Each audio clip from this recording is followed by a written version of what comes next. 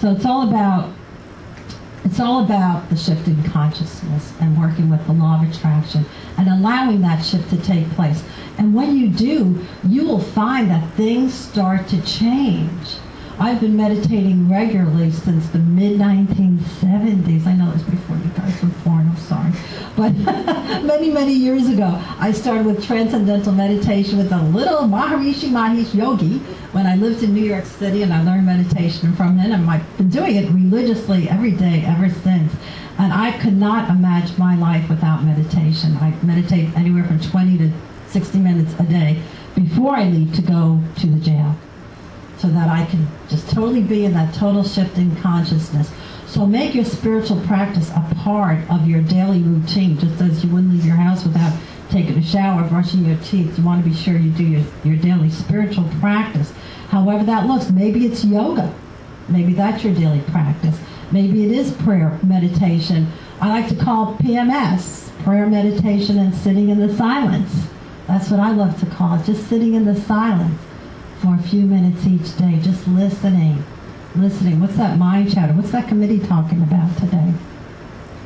So we need to learn how to awaken our consciousness. So many people walk around asleep. Again, if you just put on the news at any one given time, you'll see that people are asleep. A lot of people in my class, I have a lot of younger adults, and they got hooked on this Casey Anthony trial over the summer. They had to write a paper on critical thinking skills, and what they had to do is take 3 different newscasts and talk about the different views on one topic. And out of a class of about 33 students, a good, say, 1/3 to 1/2 talked about the Casey Anthony trial. They were so hooked on this. They were just so hooked and so upset. I said, well, it's okay to watch it, but you do the prayers. You do the voiceovers on that rather than listening to all this self-talk and negative talk. So we need to awaken our consciousness. We need to awaken our consciousness. How do we do that? How do we do that? I have handouts for you. And we'll go over this so we can talk about this. So I can support you in that. This is an article I wrote that was published in Natural Weight Things magazine about a year ago. About you can wait for the come back and later on. Oh, thank you. Thanks. So these are things you can do. You can start doing this today and make it a part of your daily practice. Just say yes. Just say yes. And as Michael Beckwith explains in his book, Spiritual Liberation, which I highly recommend, when you say yes to authentically being who you are, your purpose reveals itself in language your heart can understand. Then instead of operating from cunningness and manipulating the world around you, you navigate life from your identification with first cause, your source. As you begin to touch who and what you really are, you participate in the art of real living. This is the first step of awakening consciousness that teaches you how to expand your consciousness by saying yes to the call to share your time, your talent, your energy. When we give more, giving and receiving, it's all part of the same circle. We can't give and receive without having one or the other. But be sure to give more than you receive. And the universe will reward you with amazing goodies. Try it. Give more than you receive. Say yes to cultivating a healthy body temple so that you can function at your very best. This is easily and effortlessly achieved by eating the way our ancestors ate. Excuse me. As close to the earth as possible, eat whole foods rather than processed, and consume nothing that has a face. Drink pure water, exercise daily, and take appropriate supplements, adequate rest and light, and trust that we really do live in a friendly universe that wants to support you. The universe really does want to support you. And when we truly get that, we will see a change, a shift in the universe. When we truly know that the universe does want to support us. We need to trust the process. Excuse me. According to Terry Cole Whitaker, there's a divine order to everything. No new order needs to be invented. So don't worry about reinventing the wheel. You don't have to do it. It's been done lots of times. What is needed is an understanding of how the divine order works. Meditation is the most efficient transportation to inner transformation. As Michael Beckwith states in his book, Spiritual Liberation, recent studies have shown that a daily practice of meditation regulates blood pressure, reduces the risk of Alzheimer's, and is supportive in maintaining proper weight, to name a few of the many benefits derived from meditation. And you will find that you become less and less attracted to the foods that no longer serve you properly. You will find that you're less and less attracted to the meats and the sugars and the white foods and anything that does not support you in this universe. So when you become deeper, more deeply involved in your spiritual practice, it'll be easy to say no to the foods that no longer serve you, because your body just will reject them. And as we get older, our body handles the food differently, a lot differently, metabolizes a lot differently than it did 5, 10, or 15 years ago. So you want to be cognizant of that. Excuse me. Listen, sit in the silence and just listen.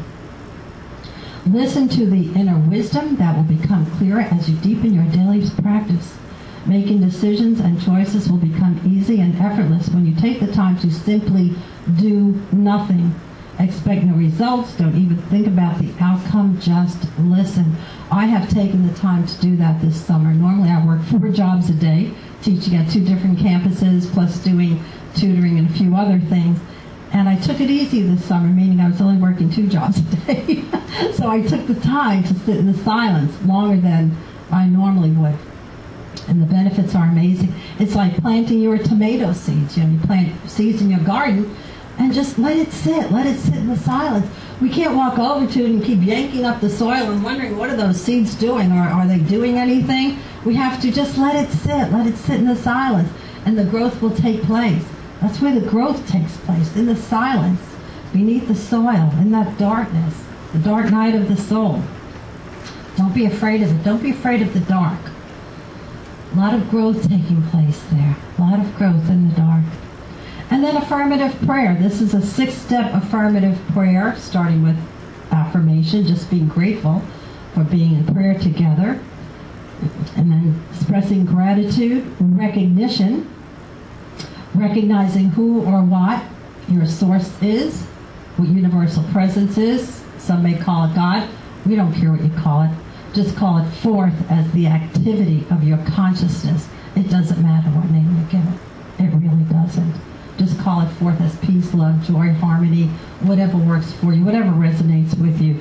And then the unification process. Declare your oneness with the source and all of life. Realization, that's naming and claiming whatever it is you're praying for. And then, of course, giving thanks. Giving thanks. And that's why we start out with gratitude, being grateful for the time in prayer. And then giving thanks that the prayer was answered before the word is spoken. It already is. It's already done. It's already done in the eyes of God. The mind of the universe. Prayer is always answered. It may not seem that way, may not look that way, because the universe has something better for you. And when you don't know what to pray for clarity. Pray for clarity. Pray to just be clear on whatever it is. And just release and let go. Just release, let go, and let the universe do the work. And I'd like to give you an example of that. I'd like to take this into the 6-step affirmative prayer now. And doing it based on forgiveness. I received an email the other day. Someone stated that this is International Forgiveness Day. Anybody here have someone they need to forgive? You don't have to raise your hand or shout out. Just hold that in your mind. Even if it's yourself, it's forgiving. So let's just try this 6-step affirmative prayer together. Let's just close our eyes and just breathe. Allow the shift in consciousness to take place. And just giving thanks for this time in prayer together. Just being grateful for this time. Just allow the shift to take place. And truly knowing and sensing our oneness with all of life, with God, with our higher power, we know that right here, right now, we are one. We are unified as one. We know we are God in the flesh, doing God's work with our hands and our hearts. And the words that we speak, we do God's work right here and right now. There is no other way. We just breathe into that.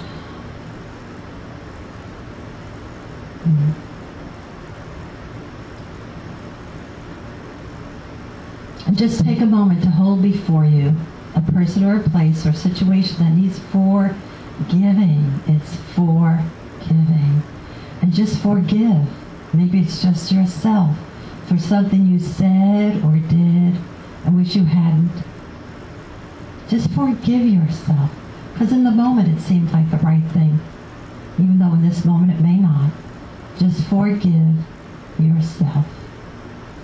Or a person, or place, or situation. And just hold that before you. Just look at it lovingly. Just let your fingertips touch it, or him, or her, around their face, around their hair. Just say, I forgive. I forgive.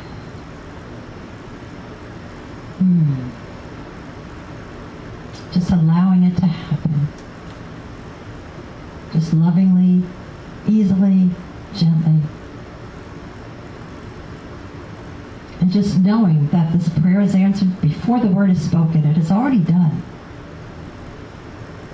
Because we have entered the amazing unified field of awareness, the universe rallies to our support and conspires on our behalf to answer our prayer, whatever it may be. Our prayer of forgiveness, our prayer for clarity, wisdom, joy, harmony, abundance, divine right action, perfection, wholeness, completeness. Whatever it is, that prayer is answered right here, right now.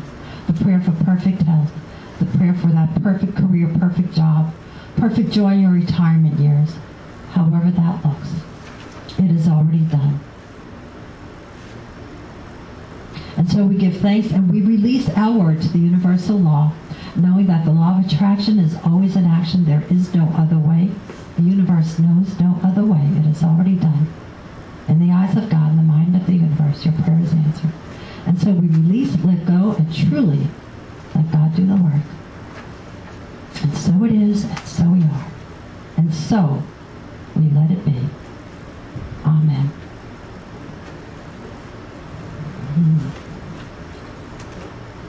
And so take what you have learned today and call it forth as the activity of good, the activity of God in your consciousness. And as the Bible tells us, go forth and multiply. Go forth and multiply your consciousness of good.